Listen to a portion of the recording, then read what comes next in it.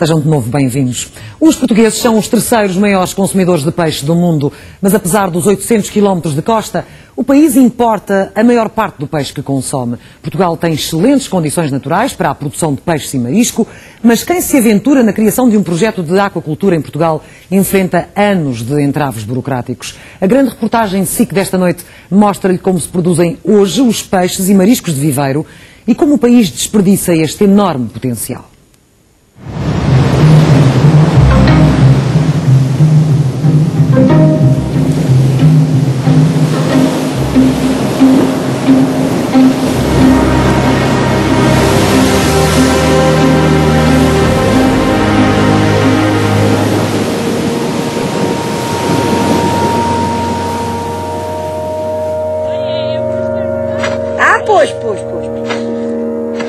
No princípio, cultivamos a terra, domesticamos os animais, industrializamos a produção de todos os alimentos que consumimos, com uma única exceção.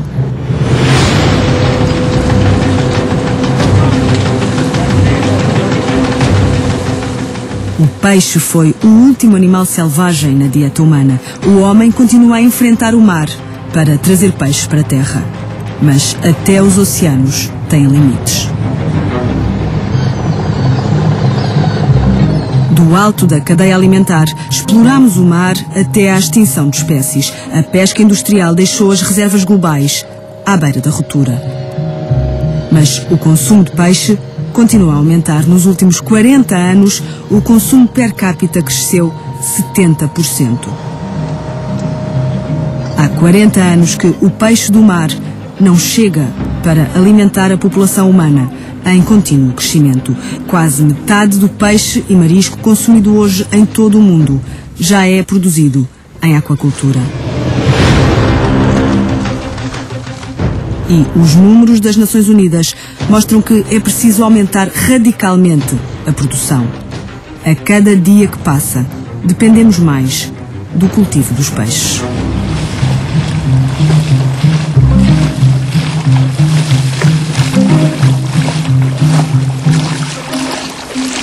Nós encontramos em plena Ria de Alvor, atrás de nós encontra-se uma produção de ostras, encontra-se também do nosso lado direito e também do lado esquerdo a produção de ameijoa e também por trás de nós temos uma produção semi-intensiva de dourada e robalo.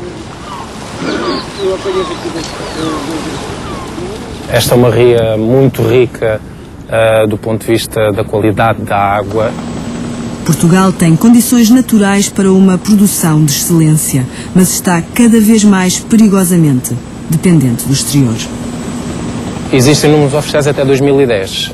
Em 2010 produzimos 8.013 toneladas. O total? O total de Portugal. Inclui tudo, bivalves, peixe, tudo. Uma gota de água menos do que isso na produção mundial. Em 2011 produziram-se em todo o mundo 60 milhões de toneladas. A China é o maior produtor mundial, com cerca de 2/3 da produção. A nível europeu temos a Noruega, que produz cerca de 1 milhão de toneladas de salmão. Depois temos a Espanha, que produz cerca de 250 mil toneladas de pescado. Portugal, com todo o seu mar, com toda a sua costa, está entre os que menos produzem. Neste momento estamos a falar de cerca de 10 mil toneladas ano. A nossa ambição é até 2015 podemos pelo menos duplicar esse valor. São números muito baixos porque Portugal tem enormes potencialidades para a produção, para aproveitar a produção da aquacultura. Desde logo somos o terceiro maior consumidor de pescado no mundo inteiro. Cada português consome, em média, 60 quilos de peixe por ano, o triplo da média europeia. Um bom hábito alimentar que o país paga caro. Portugal importa mais de 2/3 do peixe que consome. As capturas no mar reduziram drasticamente e a produção nacional de aquacultura não chega aos 3% do que consumimos. A média europeia está perto dos 30%. A média mundial ronda os 50%. A perigosa dependência do exterior em termos alimentares é um fator de peso na dívida externa portuguesa. Em 2012, as importações de pescado rondaram os 1.335 milhões de euros. Nesta balança comercial, o saldo negativo ultrapassa os 750 milhões de euros. Portugal tem água de ótima qualidade, excelente qualidade, como quase nenhum outro país na Europa tem. Tem produtores e investidores que estão interessados e que têm força de vontade para investir no setor. E o que é que não tem? Falta uma base jurídica. Eu tenho exemplos de empresas que demoraram 3, 4, 5 anos a conseguir o seu licenciamento. Caso fossem resolvidos todos os estrangulamentos, resolvidos esta complexidade administrativa, facilmente a produção em Portugal ultrapassaria a barreira das 100 mil toneladas e iria gerar um volume de faturação na ordem dos 600 milhões de euros. Só esse volume de faturação serviria para acabar com o déficit na balança comercial de pescado.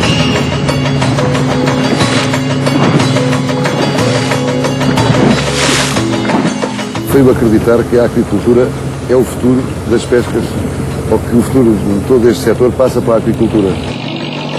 António Farinha leva-nos à produção de bivalves que instalou em mar aberto, ao largo de Olhão. Depois de 5 anos de batalhas burocráticas, pode finalmente criar 70 postos de trabalho e começar a exportar a produção, que está vendida por inteiro até ao final de 2013. Temos muita procura. Mais tivéssemos, mais se vendia. As ostras de Rui Ferreira são muito apreciadas em França e tomara ele produzir mais, mas não consegue licença para aumentar o terreno de cultivo.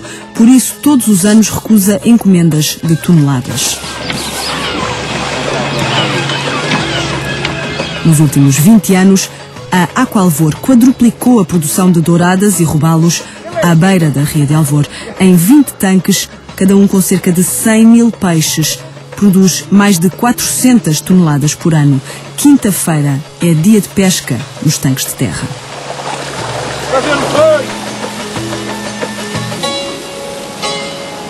Na única maternidade do país, é hora de distribuir ração na sala de desmame. A maternidade de linguados da Safistela, na Póvoa de Varzim, acaba de ser adquirida por uma empresa espanhola e prepara-se para garantir uma posição de destaque na produção mundial desta espécie recente em aquacultura. Maria Teresa Diniz foi a primeira no mundo a reproduzir linguados em cativeiro. A investigadora da Universidade do Algarve guia-nos entre o muito que já se sabe e o muito que está por descobrir sobre a produção industrial de peixes. A alimentação, por exemplo, evoluiu radicalmente nos últimos anos. O biólogo marinho Jorge Dias já mostrará como se cozinham hoje as rações. É mais um dia arriscado no calendário da empresa que Paulo Vaz constituiu a 19 de março de 2006 e que ainda não conseguiu fazer sair do papel. Depois de 7 anos de entraves, Paulo Vaz está prestes a saber se a empresa vai morrer na praia como muitas, ou se poderá finalmente começar a produzir enguias. A partir daqui já é o nosso. Nesta altura já deveria estar na produção máxima. Estamos a falar com uma produção de 500 toneladas por ano. Previa uma faturação anual de 6 milhões de euros, que iam substituir importações. Teriam aqui 12 postos de trabalho, e previa o pagamento de aproximadamente 1 milhão de euros em impostos. Paulo Vaz formou-se em engenharia mecânica e fez carreira na indústria automóvel. Em 2005 tinha reunido as condições financeiras para deixar um cargo de direção numa multinacional e investir num negócio. E comecei por ir ao Instituto Nacional de Estatística e analisar a balança do comércio externo. Todos os números indicavam o caminho do peixe. Passou meio ano a planificar o projeto. Reuniu parceiros tecnológicos, leu toda a legislação, visitou explorações de referência em vários países europeus. Em 2006, constituiu a empresa e deu início ao processo de licenciamento. Minha filha nasceu a 7 de março e, portanto, a empresa foi criada a 19 de março. Portanto, eu não podia esquecer isso. essa data.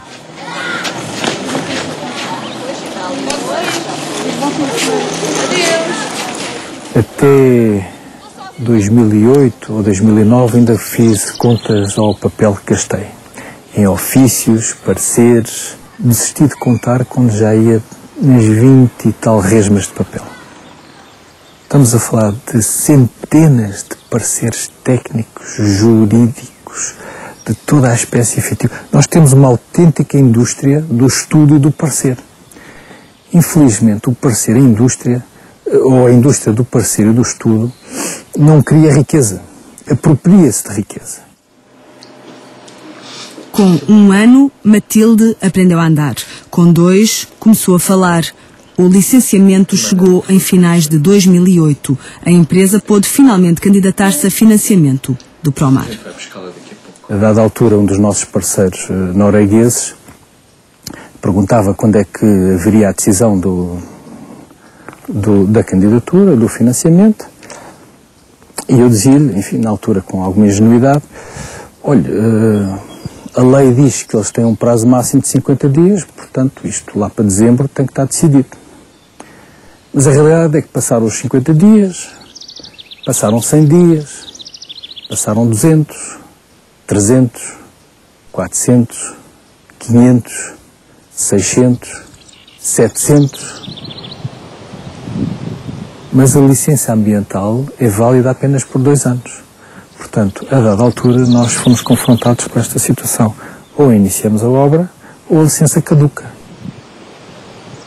Em termos pessoais, eu tenho aqui investido 157 mil euros. Mas o resto dos acionistas, no seu total, tem aqui investidos 700 mil euros. Quando comecei isto, naturalmente isto tem que ser uma decisão familiar. Tinha economias para subsistir 3 anos. Depois de ler toda a legislação, imaginei que em 2 anos poderia ter o projeto, o início do projeto. Portanto, ainda tinha 1 ano de folga. Bem, o que é certo é que passaram os 3 anos, 4, 5 e por aí fora. Tivemos que mudar de casa, tivemos que tirar os miúdos das escolas e pô-los em... Tivemos que reduzir todas as despesas possíveis e imagináveis. Eu penso por pouco, por muito pouco, não acabou com o casamento. É essencial valorizar o papel das empresas e do empreendedorismo que podem dinamizar as exportações e contribuir para a contenção do endividamento externo. O país conta com o seu espírito vencedor para competir na economia global. Enquanto esperava pela resposta do Promar, Paulo Vaz foi ouvindo os apelos ao empreendedorismo e à iniciativa dos empresários portugueses. A alternativa é a aquicultura. E as declarações sobre a urgência de investir na aquacultura. Eu diria, nos próximos 2, 3 anos, temos que apostar decisivamente na aquacultura. Nós hoje em Portugal temos pouco mais de 7 mil toneladas em aquacultura. Queremos triplicá-la até 2015. É extremamente difícil, É uma viagem muito turbulenta e com o mar muito cavado. Em 178 anos de existência, a Companhia de Pescarias do Algarve enfrentou muitos ventos e marés. Foi inaugurada no inverno de 1835. Nos 140 anos seguintes, explorou a pesca do atum ao largo da costa do Algarve. Até 1973, fomos a última empresa a calar uma armação de atum em Portugal e nesse ano, em 73, foi capturado um atum. Quando o atum se foi da costa algarvia, a empresa manteve-se à tona com a pesca do arrasto e com a pesca de cerco. Em 2007, a Companhia de Pescarias do Algarve fez as contas ao futuro do setor e aventurou-se na aquacultura. Bom dia. 3 anos depois do início do processo, no verão de 2010, António Farinha conseguiu finalmente instalar a primeira estrutura em mar aberto.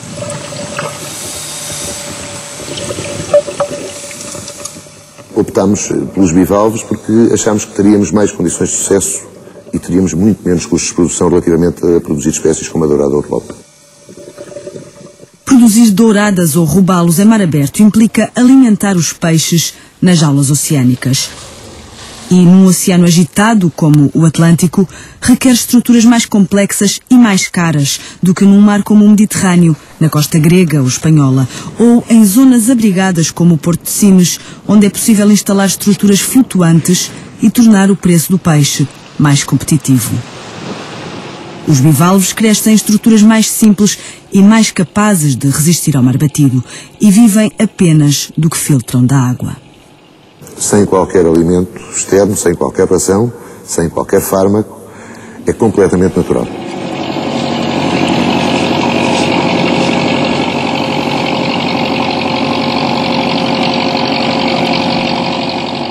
Nós temos a sorte de estar instalados aqui nesta costa do Algarve, que é uma maravilha, com uma água com uma qualidade fantástica. A quantidade de fitoplâncton permite um desenvolvimento rápido de todos os bivalves que nós lá colocamos. O outro barco tem as provas das vistorias em seco na próxima semana. Está bem? Até sexta-feira, até 2 ou 8 dias, temos as vistorias feitas. Para 2013, nós temos previsto uma faturação aproximada de 2 milhões de euros. Contamos nos próximos 4, 5 anos poder atingir uma produção na ordem das 8 a 10 mil toneladas ano. Eu penso que nós, a médio prazo, podemos estar eventualmente nos 10 maiores produtores de mexilhão da Europa.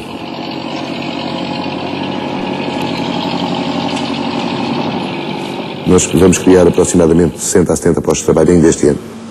A fábrica que permitirá processar e embalar mais de 40 toneladas de mexilhão por dia foi inaugurada a 17 de janeiro de 2011. Há 2 anos que deveria estar em elaboração. Foi uma perda incalculável. Estamos a falar de centenas de milhares de euros. E como é que se explica isto? Olha, uma série de problemas que aconteceram. O mais grave de todos eles foi a não ligação da rede de esgotos do IPTM à rede camarária. O terreno onde a fábrica está instalada pertence ao IPTM. O Instituto Portuário dos Transportes Marítimos assinou o contrato de concessão em fevereiro de 2010, sem mencionar que a rede de esgotos não estava ligada à rede municipal. A fábrica ficou pronta, mas a Câmara fez depender o alvará da resolução do problema por parte do Instituto Portuário. A fábrica, os empregos, os contratos negociados, os 248 acionistas que desde 2007 António Farinha lutava por manter crentes no projeto, ficaram à espera. O IPTM demorou 17 meses a fazer a obra, período durante o qual não se coibiu de exigir à empresa de António Farinha o pagamento das taxas de concessão. As pessoas acabam por não ter capacidade, muitas vezes, financeira para poder aguentar até ao fim. Portanto, muitos vão à falência antes de iniciar a atividade.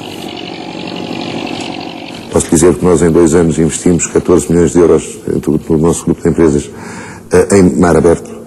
Não temos qualquer seguro. Portanto, continuamos a assumir, nós, como promotores e empresários, o risco na totalidade. A banca não apoia, não considera este investimento todo como garantia para que possa financiar este projeto. A maior parte dos bancos, aquilo que me disseram é que tinham tido más experiências de peixe e, portanto, não era uma atividade económica onde apostassem. Ponto final. Acabámos por conseguir o financiamento bancário na Noruega. Veja lá até onde é que foi preciso ir para arranjar financiamento bancário. Nós tivemos que recorrer aos 248 acionistas que a companhia tem e foi-lhes exigida a todos eles, dos maiores aos mais pequenos, ao longo deste tempo todo, 4 aumentos de capital. Rui, falamos à noite. Bom trabalho. Tchau, Cajô. Tchau, Carlos. Ponderou desistir alguma vez a meio deste processo? Não.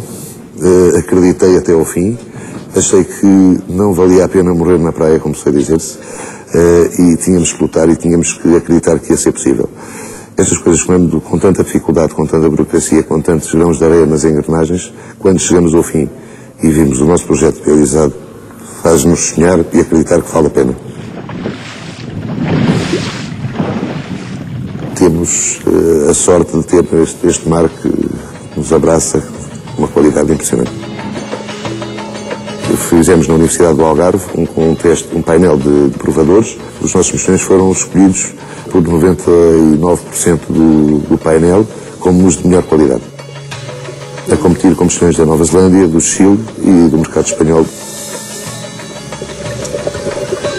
A aquacultura offshore é uma grande oportunidade, também tem dificuldades no nosso país, temos águas muito batidas, mas, por exemplo, no Algarve há a possibilidade de crescer bastante neste domínio, em algumas zonas da costa oeste também há essa possibilidade, elas estão identificadas, estamos a preparar licenciamentos muito ágeis para essas áreas, em que tudo está previamente preparado, em que nós dizemos aos investidores, estes talhões têm um custo X para uma concessão de X anos, pode fazer tudo isto aqui, já o impacto ambiental está visto, já a licença de atividade está concedida e, portanto, é só, no fundo, fazer o pagamento e começar a atividade.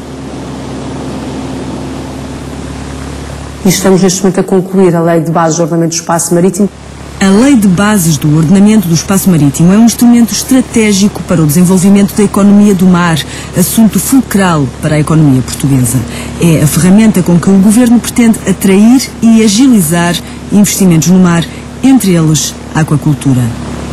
A lei vai revolucionar os processos no mar, mas não abrange a maioria dos produtores nacionais, porque não inclui as explorações em terra, os disputados estuários, lagoas e orla costeira. Como estamos sempre junto a linhas de água, são sempre zonas muito apetecíveis para o turismo. E isso era essencial que essas zonas ficassem perfeitamente delimitadas. Começa logo pela situação em que compra o terreno e depois a gente logo lhe diz se pode construir ou não. Primeiro de tudo tem que adquirir o terreno e só depois é que pode entrar com o processo de licenciamento. Logo aí corre um risco de, eventualmente, o terreno não poder ser utilizado para a aquacultura.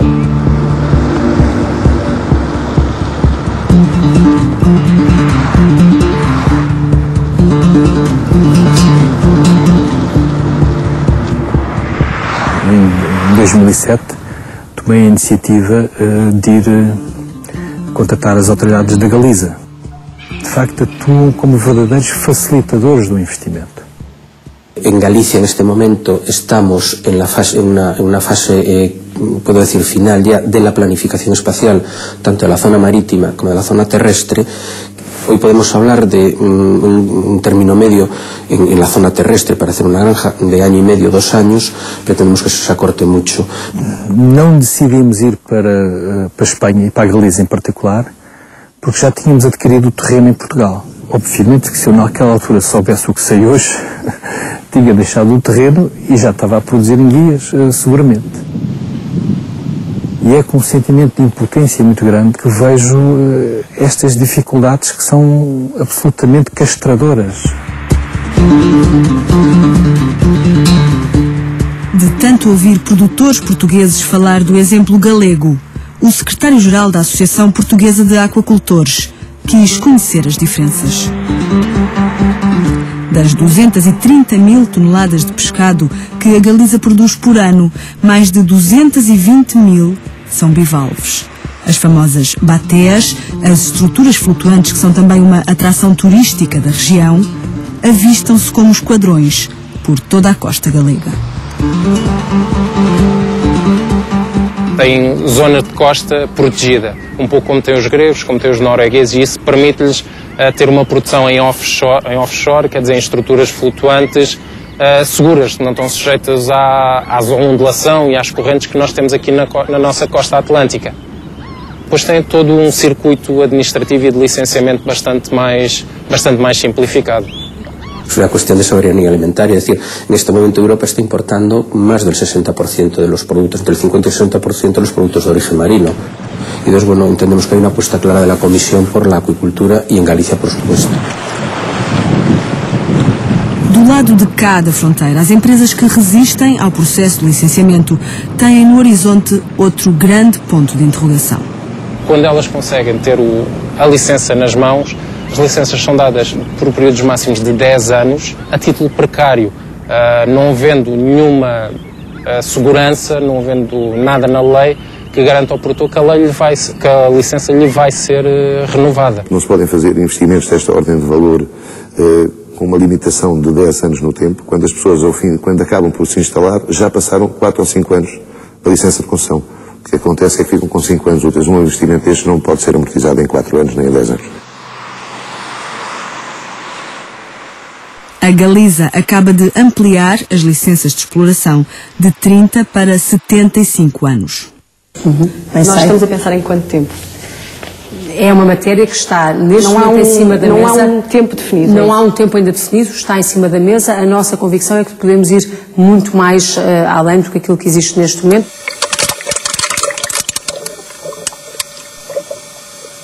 As douradas e os robalos da Aqualvor vivem em regime semi-intensivo. São alimentados com ração e com alimento natural, as algas, minhocas e bivalves que vivem no fundo dos tanques de terra. A água é bombeada todos os dias da Ria de Alvor. Em cada tanque, com 3 a 4 metros de profundidade, crescem cerca de 100 mil peixes. Dos 20 tanques da Aqualvor, saem todos os anos mais de 400 toneladas de douradas e robalos para o mercado nacional. Haverá uma ideia que o peixe da aquacultura se faz no estande. Não, estes peixes terão entre 18 a 24 meses na primeira fase, o peixe de porção, o peixe de 400 gramas. Quando vai para aquela dourada para fazer no forno, estamos a falar de 3, 4 anos. Isto nas nossas latitudes, não é? Há quem faça peixe mais rápido em água quente, mas o peixe de água quente não tem a qualidade do peixe de Portugal. A qualidade do peixe produzido em Portugal em aquacultura é boa? Não é boa, é excelente. Como o peixe cresce mais devagar, o músculo fica mais consistente. Luísa Valente dirige um laboratório de nutrição, crescimento e qualidade no Centro Interdisciplinar de Investigação Marinha e Ambiental do Porto. Maria Teresa Diniz lidera o grupo de investigação em aquacultura da Universidade do Algarve. O que se tem que desmistificar é exatamente essa questão das pessoas terem medo. Terem medo. E do viveiro tem que lhe pôr aquelas coisas para ajudar a crescer. É como o tipo frango de aviário. Talvez seja mais doce, não? Eu não sei, Como farinhas que a gente sabe lá de onde é que vem. Quanto houver de mar, aqui no meu lugar não entra de viveiro. E põem aquelas coisas como se põem nos peixes que estão em casa em aquários. Eu gosto mais do mar, mas não tenho nada contra o peixe da aquicultura, não é? E se calhar o futuro vai ser... Se calhar. As pessoas comem peixes marinhos porquê? Por causa daquilo que é comum, por causa dos célebres ômega 3, não é? Dos ácidos gordos poliinsaturados, que se sabe que são bons para a hipertensão, para os problemas cardiovasculares, etc. Os peixes da aquacultura têm muito ômega 3. São peixes mais gordos que o peixe do mar. Repare que estão confinados, não gastam muita energia no seu deslocamento. Portanto, têm mais ômega 3, por exemplo, que o peixe do mar. No caso da dourada, no caso do robalo. Têm mais.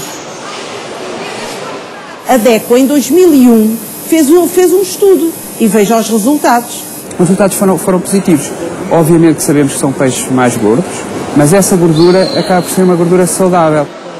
Normalmente o consumidor diz, o peixe capturado é melhor do que o peixe da aquicultura, ou é mais saboroso. Não é verdade. Nas provas cegas realizadas pela DECO, os resultados foram expressivos. 80% dos participantes preferiram as trutas de aquacultura às de rio. 60% preferiram o robalo de aquacultura ao robalo do mar. No caso da dourada, as opiniões dividiram-se. O pregado foi o único dos 4 peixes em prova em que os consumidores preferiram o selvagem. Isto é uma questão de hábitos. Alguém sabe o que é uma galinha selvagem? Já ninguém sabe. Todo o salmão que nós consumimos é da aquacultura e a maior parte das pessoas já nem sabe o que é uma dourada do mar. Porque a quantidade de peixe do mar é mínima. Vai haver lugar para as duas douradas, a dourada da selvagem e a dourada da aquacultura. Porque se não houvesse a da aquacultura, muita gente jamais teria oportunidade de vir a comer a dourada. Em 2008, a DECO voltou ao assunto, desta vez para perceber se o consumidor, muitas vezes incapaz de distinguir entre peixe do mar e de aquacultura, estava a ser enganado. E, por vezes, estava. Comprava peixe como sendo peixe capturado, que é um peixe que pode custar mais de o dobro relativamente ao seu congénere, mas não era bem assim. era um peixe proveniente da aquicultura.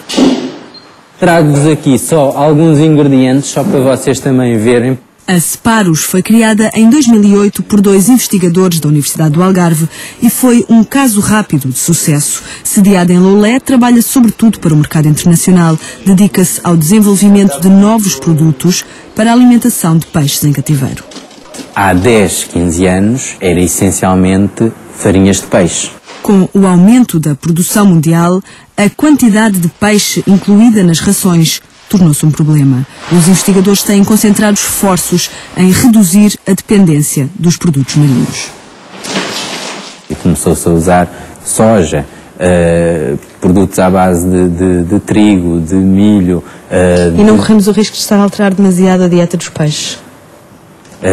Os peixes toleram, dentro de determinados limites, a utilização dessas fontes vegetais sem nenhuma perda em termos de qualidade. Hoje em dia tenta-se misturar um número muito elevado de ingredientes de forma a nós conseguirmos fornecer ao consumidor um nível muito equilibrado e muito aceitável dos aminoácidos que nós precisamos também para a constituição do nosso organismo. Tem ervilhas, amido de ervilha, há a colza, outro ingrediente que é muito usado, o bagaço de girassol. É claro que podemos ter esta discussão ética de dar-lhes acesso a ingredientes que eles nunca na vida veriam. Mas é preciso não esquecer que não temos outra alternativa, ou seja, nós precisamos de produzir estes peixes para alimentar a população humana, temos é que encontrar uma maneira o mais equilibrada e o menos danosa possível para o ambiente. Ora, 205. Os peixes são extremamente sensíveis. Qualquer variação ambiental, eles respondem automaticamente. 195. Se nós fizermos aqui alguma asneira ambiental, somos os primeiros a sofrer com isso. São bioindicadores. Estamos a medir o crescimento do peixe em função da concentração de oxigênio que existe na água. Dos 23 funcionários da Aqualvor, 5 dedicam-se à investigação em nutrição e patologia. A incapacidade de lidar com as doenças dos peixes em cativeiro levou à falência muitos produtores nacionais. E nós, se não resolvêssemos esses problemas, a empresa simplesmente se afundava, como muitas outras se afundaram. Não houve ainda tempo para ganhar todo o conhecimento e todo o esforço de desenvolvimento, muitas vezes empírico, que já houve nos animais terrestres. No entanto, os peixes também ganharam muito por vir depois de todos os outros.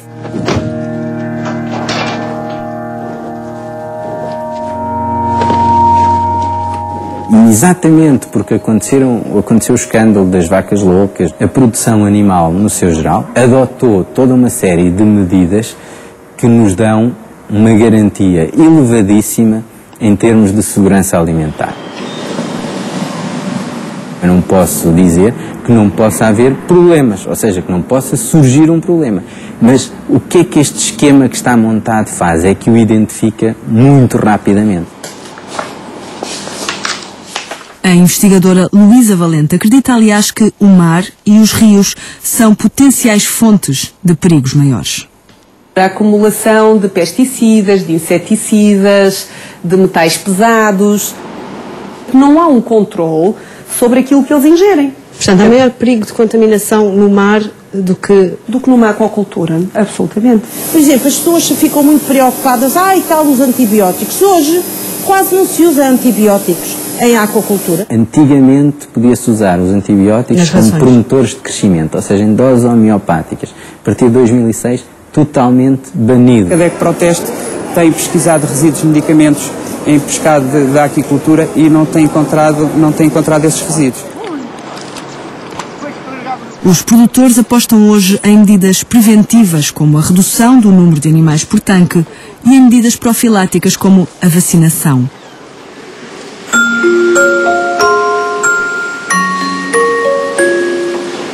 Na maternidade de linguados da Safistela, na Póvoa de Varzim, os peixes são vacinados por imersão, na altura em que saem da sala de desmame para a sala da pré-engorda. Na natureza, o linguado reproduz-se entre o final do inverno e o início da primavera. Aqui temos grupos que estão desfasados, uns que estão adiantados ou atrasados em relação à época natural. Manipulamos luz, temperatura e alimentação para os convencer que está na hora de pôr ovos.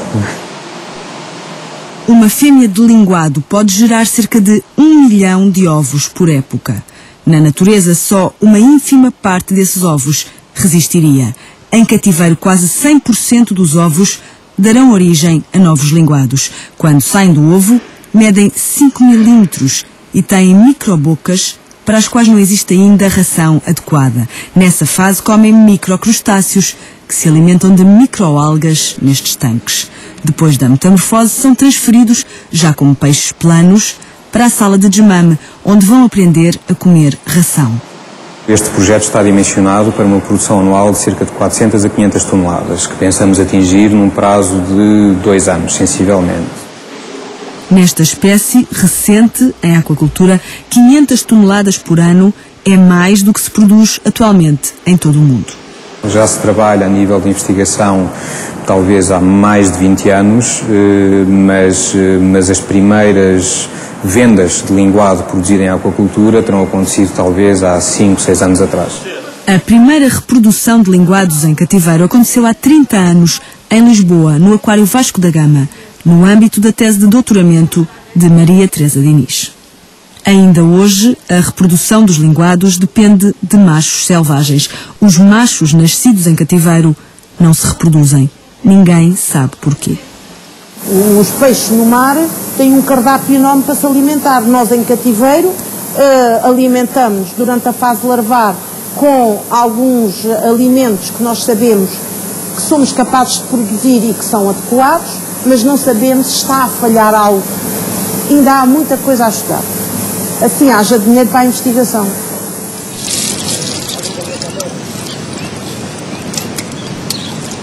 As ostras que eram ter 6 milímetros, que eram coisinhas assim deste tamanho, que agora já estão assim. Daqui a meia hora a maré estará cheia e as ostras estarão submersas na água generosa da Ria de Alvor.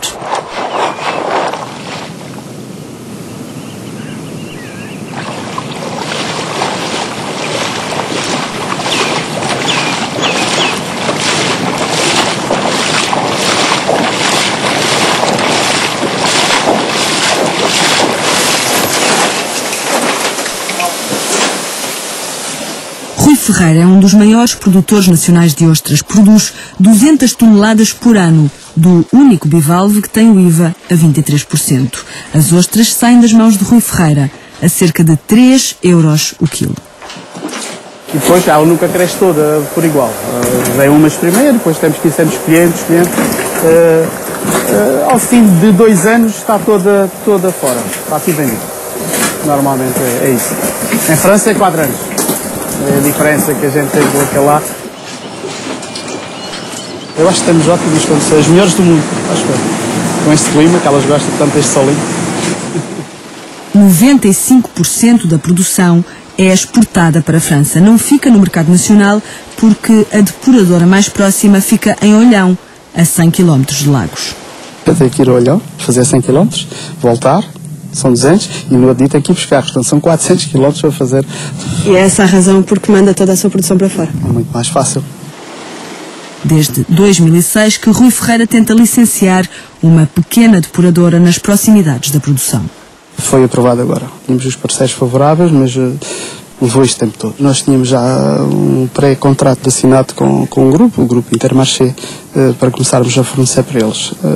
Cá para Portugal? Para Portugal, sim. Para cá. Só que levou tanto tempo, foram 6 anos, pronto, isso ficou tudo pelo caminho, não é? Todos os anos, Rui Ferreira desliga o telefone a lamentar-se. Todos os anos tem de recusar aos clientes franceses encomendas de toneladas porque não consegue licença para expandir a área de cultivo. As burocracias, se acabava de uma vez. Facilitava um bocadinho as coisas a quem quer trabalhar. Tem que levar este país para a frente.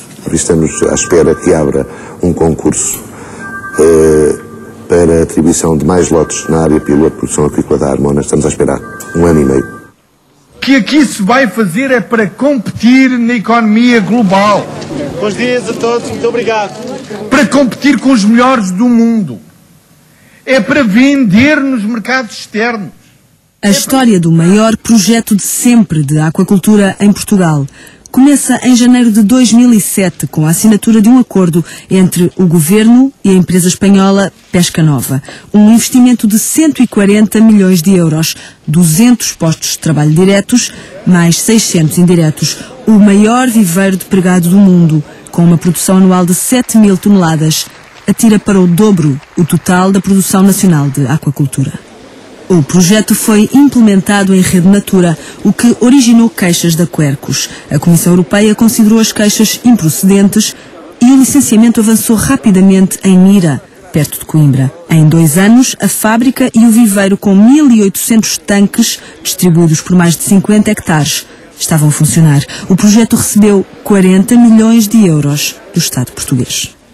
Por um lado, fiquei contente por haver um investimento em Portugal. Mas, de alguma maneira, há de facto alguma frustração em ver esta falta de equidade no tratamento. A Aquinova recusou filmagens e entrevistas para esta reportagem. A 9 de janeiro anunciou em comunicado a suspensão do contrato de quase metade dos funcionários, por motivo de reajustamento da produção. 84 funcionários estão parados desde fevereiro, em regime de layoff, com a perspectiva de voltarem à empresa em junho. O Sr. Secretário de Estado do Mar tem estado em contacto com a Pesca Nova, sinalizando que há compromissos com o Estado português que devem ser cumpridos. Não sei até que ponto é que o Estado fez o trabalho de casa, no sentido de ver se efetivamente era viável. A Pesca Nova, os números sempre vistos, são 7 mil toneladas. Neste momento está sensivelmente pela metade, portanto, para suplicar, corresponderá a uma parte a 3.000, 3.500, portanto, ainda há mais alguma coisa para cumprir. Com 23 meses de atraso, a resposta do Promar à candidatura de Paulo Vaz chegou em agosto de 2010.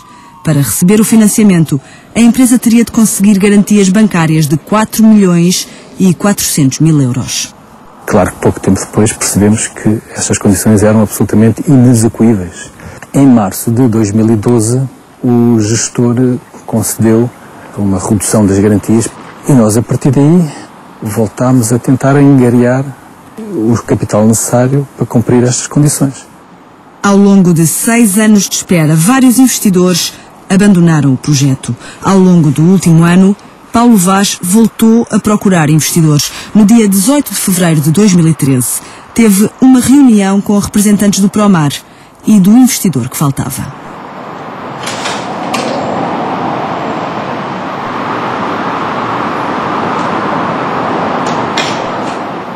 Pela primeira vez sentimos uma atitude de facilitamento do projeto.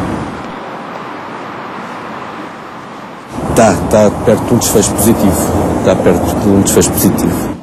Nas próximas semanas, Paulo Vaz ficará a saber se pode retomar a construção interrompida em 2011 e se no outono já estará a produzir enguias que vão substituir importações. Os maiores importadores de enguias do país são atualmente acionistas da empresa. É um projeto condenado ao sucesso.